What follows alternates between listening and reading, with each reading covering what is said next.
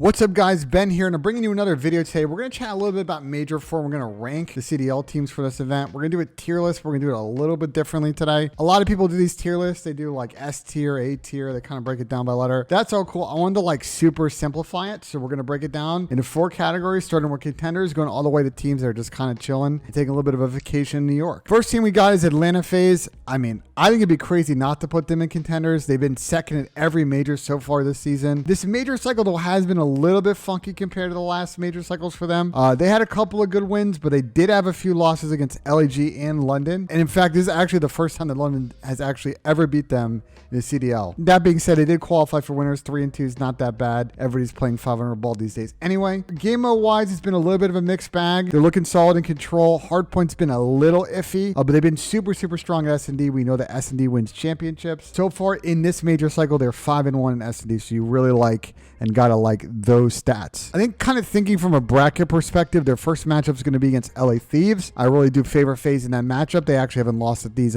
at all this season. If they do win that matchup, they are going to play either London or Toronto to go ahead and make it to winners finals. I kind of like those chances the FaZe have against those teams. So pretty strong opportunity for FaZe to once again be around on a championship Sunday. I think the big question is, are they going to convert this and finally win one of these majors going into COD champs, where they're likely going to have either the first or second seed at that tournament. Next team on the list is the Boston Breach, and I actually can't believe I'm doing this. If you had told me this before this major, I would have been crazy. I'm putting these guys in the contenders right now. The Reese Vivid pickup may go down as one of the best roster moves of the season. Boston looks like a completely different team right now. Pacing seems on point. This is all despite Reese Vivid having a .93 KD so far in this major cycle. They've been really good at hardpoint. They've been 6-3 so far overall this stage. S&D's been a little bit iffy, but that's okay. You kind of can always expect a little bit of S&D struggles with a new team. They've been 2-5 in that game mode. I think taking a look at the bracket, kind of where they're at, they did go ahead and finish 4-1 during these major qualifiers, so they do have a top seed. Their first matchup is going to be against the Florida Mutineers, and they've looked good against Florida both online and land this season, so I like them to win that matchup. Where it might get tricky is that New York is sitting on the other side of the top, bottom side of the winners bracket, as well as Minnesota, but I do think New York's probably going to win that matchup. I'm not really sure if Boston's sort of favored in that one, but I like Boston's chances, especially with the respawn ability, to maybe make a deep run, get a nice top 3 or top 4, probably like would be my expectation. But if they really get it going and turn around to S&D, they have a very good chance to win this event. Next team on the list is the Florida Mutineers, and guys, I'm going to put them in sort of the outside shot category. I know they qualified for winners bracket, but honestly, I haven't been too convinced by this team. Their past land placings are pretty good this season. They got 4th at Major 2, top 8 at the Pro-Am, and top 6 at Major 3. My main concern with Florida right now is around the roster move. As I mentioned with the last team, Reese Vivid's now on Boston Breach. In his stead, they did try to pick up Asen from LEG. That did not go through. So they ended up calling up 2 Real from Challengers, and he's really struggled so far at this level. He's got a .74 KD so far in this major cycle. It's actually last among all players so far through 5 games.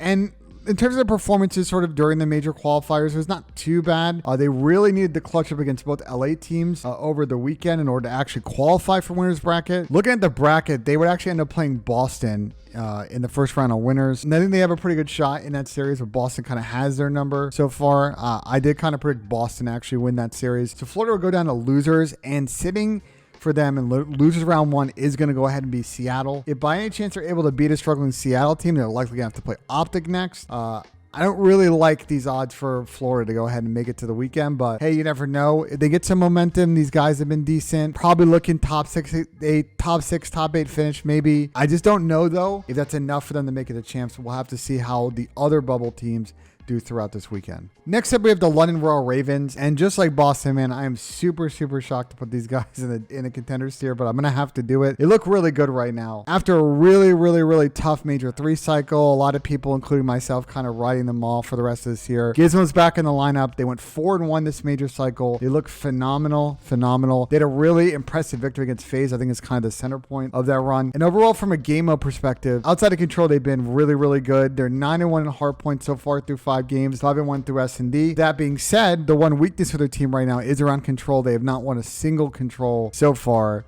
through 5 games. Draw-wise, it's an interesting draw for them at the major. They're going to go ahead and start off against the Toronto Ultra in winners round 1. A lot of history between Vance and Zero. I would say if you kind of lean into that, London's probably got a good chance in that series, but you never know. If they do win that series, then they're going to have a chance to play it and probably square up against Atlanta for top 3. While they did beat FaZe in this cycle, I don't know if I would necessarily favor them at this event. But even if they win or lose to FaZe, I really like London's ability here to probably make it to losers finals, especially their strength in S&D. To me makes you think this is sort of a legit cycle for them and not one of those sort of flash in the pan, go online and you go to the event, you don't win a series type situations where some teams have gotten rounded. Overall, I'm feeling good about putting London in the contenders category, and I think you're likely going to see them on Championship Sunday. All right, guys, we got to talk about the Los Angeles Guerrillas. Oh man, where do we start on this one? So they won Major 2. That was great. I don't think anyone expected that. The Don Juans and S&D went on a crazy run. And then from there, they've really struggled. They were non-existent at Pro-Am. They were awful in Major 3. They ended up making a couple roster changes. Asim and Gunless are now out of the lineup. They brought in Neptune from New York, and Sparta's now back in the lineup after the Major 2 win. But while they did beat FaZe during this cycle, they've lost the other 4 matches against Toronto, New York, Boston, and London. They just overall just have looked super flat in those series. I also really don't like their draw, to be honest, for this bracket. They're going to go ahead and have to face off the loser against Toronto or London, 2 teams that I think are a little bit better than them right now, in order to actually make it to top 8. And then piling onto all of this is they're sitting right on the cut line right now for champs. So every point matters, every win matters. I'm not really feeling good about these guys, to be honest. If I had to predict a team to likely not make it to champs, it's looking like LG right now. Unfortunately, guys, I don't really think they're going to win a series this weekend. I'm putting them in the happy to be here category. There is still a chance if they don't win a series, they can make it to champs. There's a weird scenario where all that can play out, but not looking good for the LAG boys. It might be a really bizarre season for them wrapping up after this event. Next up, we got the other team from LA, the LA Thieves. Decent results so far. I think I was a little kind of mixed about this LA Thieves team to begin this season, but they've been really, really good the last couple of events. They did lose to New York at the Pro-Am in the grand final, and they got 4th at Major 3 with a really good run at that event. I think Thieves is finally sort of starting to round the corner. My concern with Thieves is sort of in 2 areas. One is I think they really do struggle against some of the top teams, especially FaZe. And second, their team slaying has not been particularly good. There's been a struggle all season long. In the Major 4 cycle, they've actually been near the bottom in overall team KD through 5 games. That being said, if we got to talk about positives, they've been really good at control so far this major. Through 5 games, they're actually 4-1 control. Taking a look at the bracket, Thieves are going to have a pretty tough draw on the winner's side. They're going to have to play FaZe in winners round 1. I don't really favor them in the matchup, if I'm honest with you guys. FaZe had their number all season, man. They've had their number actually last season as well, which was Steve's first year in the league. But on the loser side, if they're to go down there, they're going to play Paris and win in losers round 1. I like them. I think they're heavy favorites in that matchup. And they got to play either London, Toronto, or LAG for top 6, which is doable to me. So I'm going to put them in the dark horses. I could see them maybe making it to Sunday, but it's probably looking like a top 6, top 4 finish for them. They can go a little bit of a losers run on Friday and Saturday, but I really they might make an appearance on Sunday, but I guess we'll see. Overall, they're going to make it and lock in their champ spot and get some momentum going to champs. It was another decent finish at LAN. All right, we're halfway through here. Let's talk a little about the Minnesota RØKKR.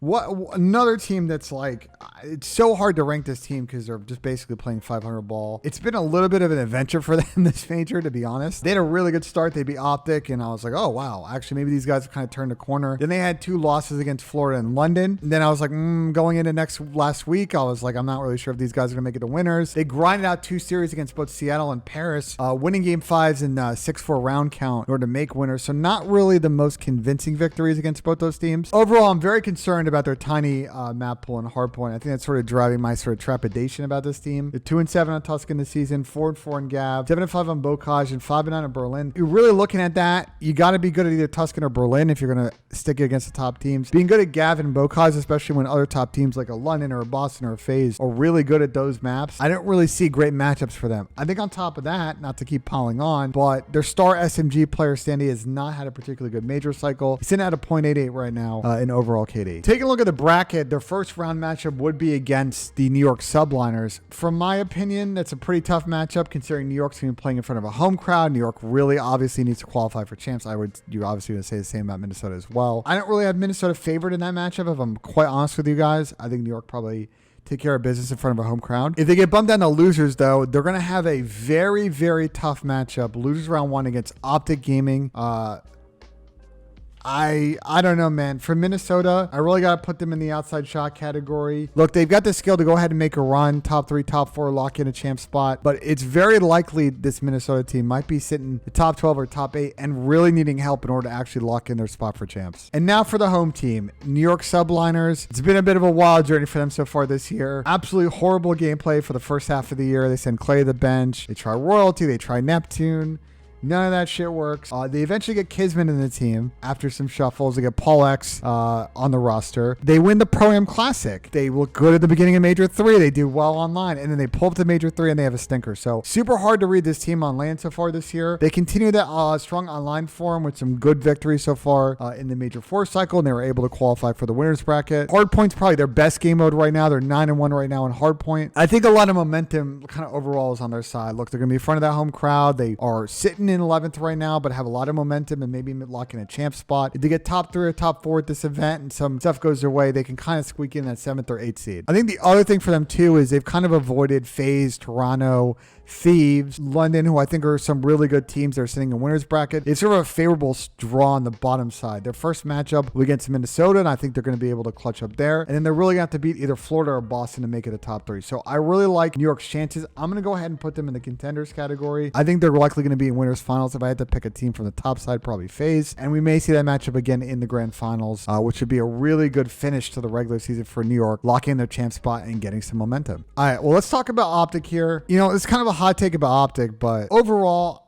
if you look at kind of their performance so far this season, it's kind of crazy they're sitting in second place. Yes, guys, I know they won Major 1, but they weren't the most convincing before that event. They kind of turned it on when they got to LAN, had 2 great victories against FaZe. I'm not taking anything away from the victory, but outside of that one weekend, like, it hasn't been the most convincing back-to-back weeks of COD that they've really performed. Obviously, some of them might be due to Inder's injury. Illy's been in and out of the lineup due to a hand issue. He's back now and actually playing really, really good Call of Duty, but the team itself is not playing that good COD. And oddly enough, man, like, they got reverse swept twice so far this major cycle by both Boston and Toronto, and their only victory so far this cycle has been against Paris, who candidly are already like got 1 foot out the door, having not qualified for champs. And to keep piling on all of this, Control is by far their weakest game mode right now. They're 1-4 Control after being by far and away the best Control team in the game for 3 major cycles prior to that. Taking a look at the bracket, OpTic is going to start in losers after a 1-4 record so far this major. They will face out the loser of NYSL and Minnesota. Even though OpTic is 1-4, I mean, look, these guys are too good to get top 12 at LAN, man. The only exceptions, I think, if New York does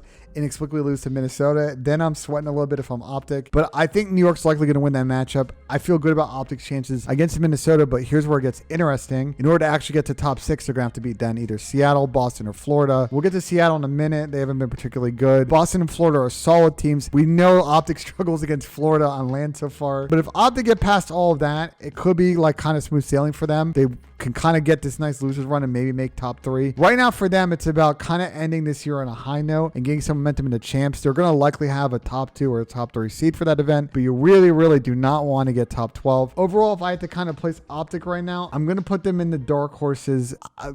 This might be kind of controversial, but I kind of also could see them sort of being in the outside shot category. I feel like that maybe was a little bit too disrespectful. I think they're too good. They have an opportunity and skill if they get on a run to make a run here and maybe win. But I don't see them as a full contender for this event, unfortunately. All right, y'all, we'll make this quick. Paris Legion's the team up next, and honestly, guys, I got to put them in the happy to be here category. They've already not qualified for champs. They've only had 2 wins this year so far. It's been an absolute struggle once again for this franchise. You know, the odd thing about this one is it actually looked kind of promising a little bit at the end of the stage. They played some absolute bangers against Florida and Minnesota last weekend, and they actually could have probably have won both those matches. There's not really much to say, man. This team's already on vacation. You know, bracket-wise, they do have a tough draw. They're going to have to play either Thieves or FaZe, losers round 1, and I don't really see a way for them to beat either of those teams. So it's likely this team's going to show up on Thursday, get some practice, play on Friday, and then that'll be that for them, and that'll be the end of their season. Seattle Surge, man. This is an odd one, bro. Obviously, our reigning Major 3 champs played phenomenal Call of Duty at that tournament, beat FaZe in the final. But since then, it's been a real struggle. They went 1-4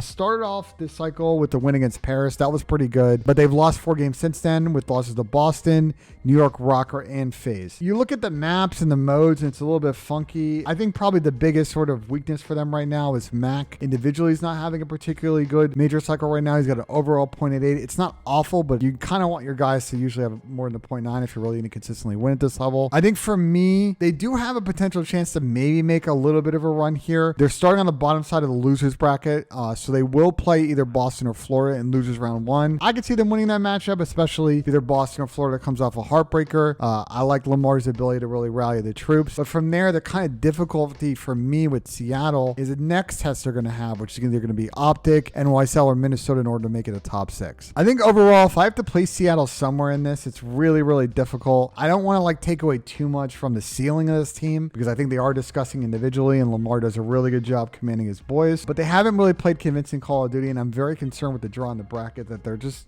not going to make it deep in the weekend. I'm going to kind of put them in the outside shot category. You can make an argument that they're sort of a dark horse based on them winning last major, but I don't really like the draw, and I think they're likely going to get either top 8 or top 6 this event, if I'm honest. Last team on the list is Toronto Ultra. I'm going to go ahead and put them in the dark horse category. A bit of an interesting ride for this team. So prior to this major, they actually had a really good showing at their sort of home major 3 event. They had a real tough loss against FaZe to start off that major, but wins against Paris, RØKKR, Florida, Thieves, and then eventually losing to FaZe in losers finals. Got them a nice top 3 placing, and I think they're feeling pretty good about their spot for champs right now. Still a little bit of work to do though. Overall, for game modes and sort of performance this major, it's been a little bit of a mixed bag. They started off with a decent win against LAG. They reverse swept them after going down 0-2. They did lose to London, but London's kind of hot in form, and you know, Trey versus Bance and all that jazz. FaZe kind of 3-0'd them, but they did finish off with a 1-1 finish on the last week. They lost to Boston, who obviously are playing pretty good right now, but they had a really good reverse sweep against